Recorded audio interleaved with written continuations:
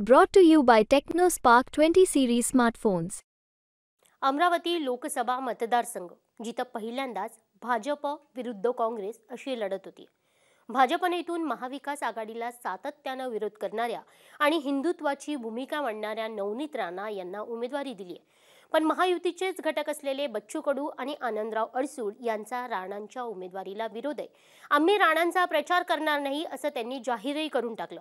या दोन्ही नेत्यांच्या नाराजीचा नवनीत राणा यांना कसा फटका बसू शकतो?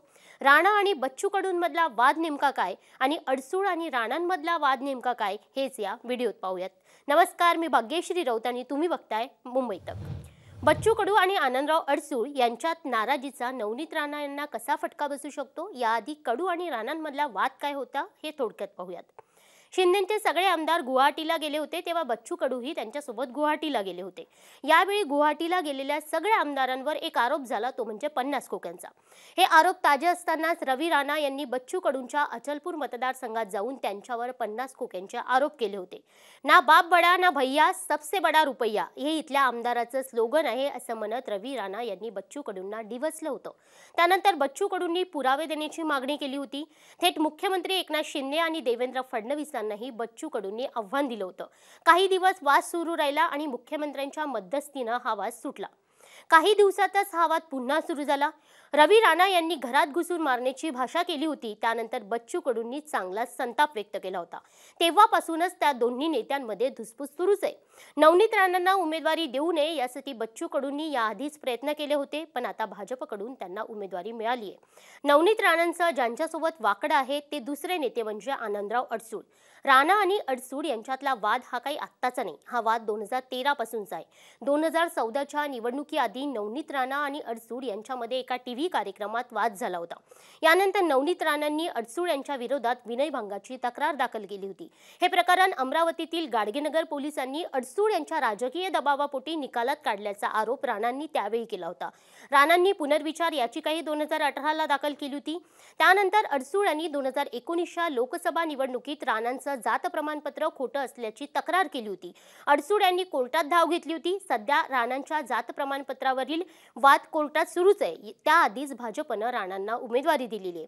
हे झाले राणा यांचा बच्चू कडू आणि अडसूळ यांच्यामध्ये नेमका काय काय वाद होता ते हा वाद आपण आतापर्यंत पाहिलात, पण या वादाचा नवनीत राणा यांना कसा फटका बसू शकतो हेही समजून घेऊयात। खरं तर अमरावती लोकसभा मतदारसंघाचा विचार केला तर इथला मतदार हा सर्व जाती धर्मांना मानणारा दिसतो। अमरावतीच्या जनतेनं काँग्रेससोबतच डाव्या विचारसरणीच्या कम्युनिस्ट पक्षालाही संधी दिली।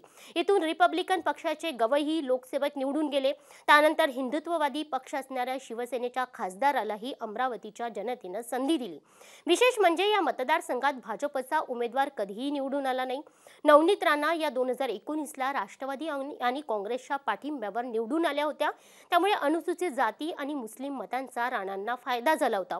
पण निवडून येताच राणांची भूमिका बदलली। त्यांनी हनुमान चालीसा म्हणत हिंदुत्ववादी भूमिका लावून धरली। भाजपनं त्याचं गिफ्टही नवनीत राणांना दिलं, त्यांना भाजपची उमेदवारी मिळाली। पण महायुतीमध्ये असणाऱ्या बच्चू कडू यांचा त्यांना विरोध आहे। राणांचा प्रचार करणार नसल्याचंही त्यांनी घोषित केलं।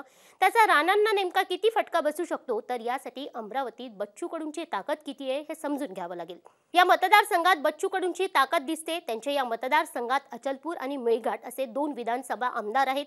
इथं त्यांचं संघटनही आहे, त्यामुळे बच्चू कडू जर प्रचार करणार नसतील तर त्याचा फटका राणांना बसू शकतो। दुसरं म्हणजे अडसूळ यांच्या नाराजीचा राणांना किती फटका बसेल, तर अडसूळ आपल्या मुलाच्या तिकिटासाठी इथून इच्छुक होते। राणांना उमेदवारी मिळाल्यानंतर अडसूळ यांचा संताप दिसला। आनंदराव अडसूळ इथून 2 टर्म खासदार राहिले, त्यांचे इथं जनसंपर्कही आहे। एकीकडे अडसूळ यांच्या नाराजीचा फटका राणांना बसेल तर दुसरीकडे इथं शिवसेनेचा खासदार होता, त्यामुळे ठाकरेंना मानणारा वर्गही अमरावतीत आहे। पण राणांनी ठाकरेंवर किती टीका केली हे आपल्याला माहिती आहे, तिथंही राणांचं गणित बिघडू शकतं। दुसरीकडे 2019च्या निवडणुकीत काँग्रेस राष्ट्रवादीच्या पाठिंब्यावर निवडून येऊन राणा भाजपच्या गोटात गेल्या, त्यामुळे काँग्रेस आणि राष्ट्रवादीचा राग आहेच। यशोमती ठाकूर आणि राणा यांच्यातही राजकीय वैर आहे। इथल्या स्थानिक स्वराज्य संस्था, जिल्हा बँक या माध्यमातून काँग्रेसचं अमरावतीत वर्चस्व आहे. त्यातच काँग्रेसनं दर्यापूर मतदारसंघाचे आमदार बळवंत वानखेडे यांना उमेदवारी दिली. त्यामुळे अनुसूचित जाती आणि मुस्लिम हा काँग्रेसचा पारंपरिक मतदार आहे, ज्याचा फायदा नवनीत राणांना 2019च्या निवडणुकीत झाला होता. तोच मतदार आता काँग्रेसच्या बळवंत वानखेडे यांच्याकडे जाईल. शिवाय ठाकरेंच्या शिवसेनेचाही पाठिंबा काँग्रेसला आहेच. एकूणच 6 विधानसभा मतदारसंघापैकी फक्त रवी राणा यांची साथ नवनीत राणा यांना मिळणार आहे. तसेच अमरावतीच्या आमदार सुलभा खोडके या देखील भाजपमध्ये जातील अशा चर्चा अधूनमधून होतच असतात. अद्याप त्यांनी त्यांची भूमिका जाहीर केलेली नाही. पण खोडके जर भाजपकडे गेले तर त्याचाही फायदा हा नवनीत राणांना होऊ शकतो. एकूणच बच्चू कडू, आनंदराव अडसूळ, ठाकरेंवरील टीका, काँग्रेस राष्ट्रवादी सोबत दुरावलेले संबंध यामुळे नवनीत राणा यांची चारही बाजूने कोंडी झालेली आहे.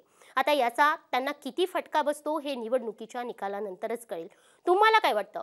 या सगळ्या नेत्यांच्या नाराजीचा नवनीत राणा यांना किती फटका बसू शकतो हे आम्हाला कमेंट बॉक्समध्ये नक्की सांगा. आणि अशाच व्हिडिओंसाठी मुंबई तकच्या YouTube चॅनलला सबस्क्राईब करायला विसरू नका. पाहत राहा मुंबई तक.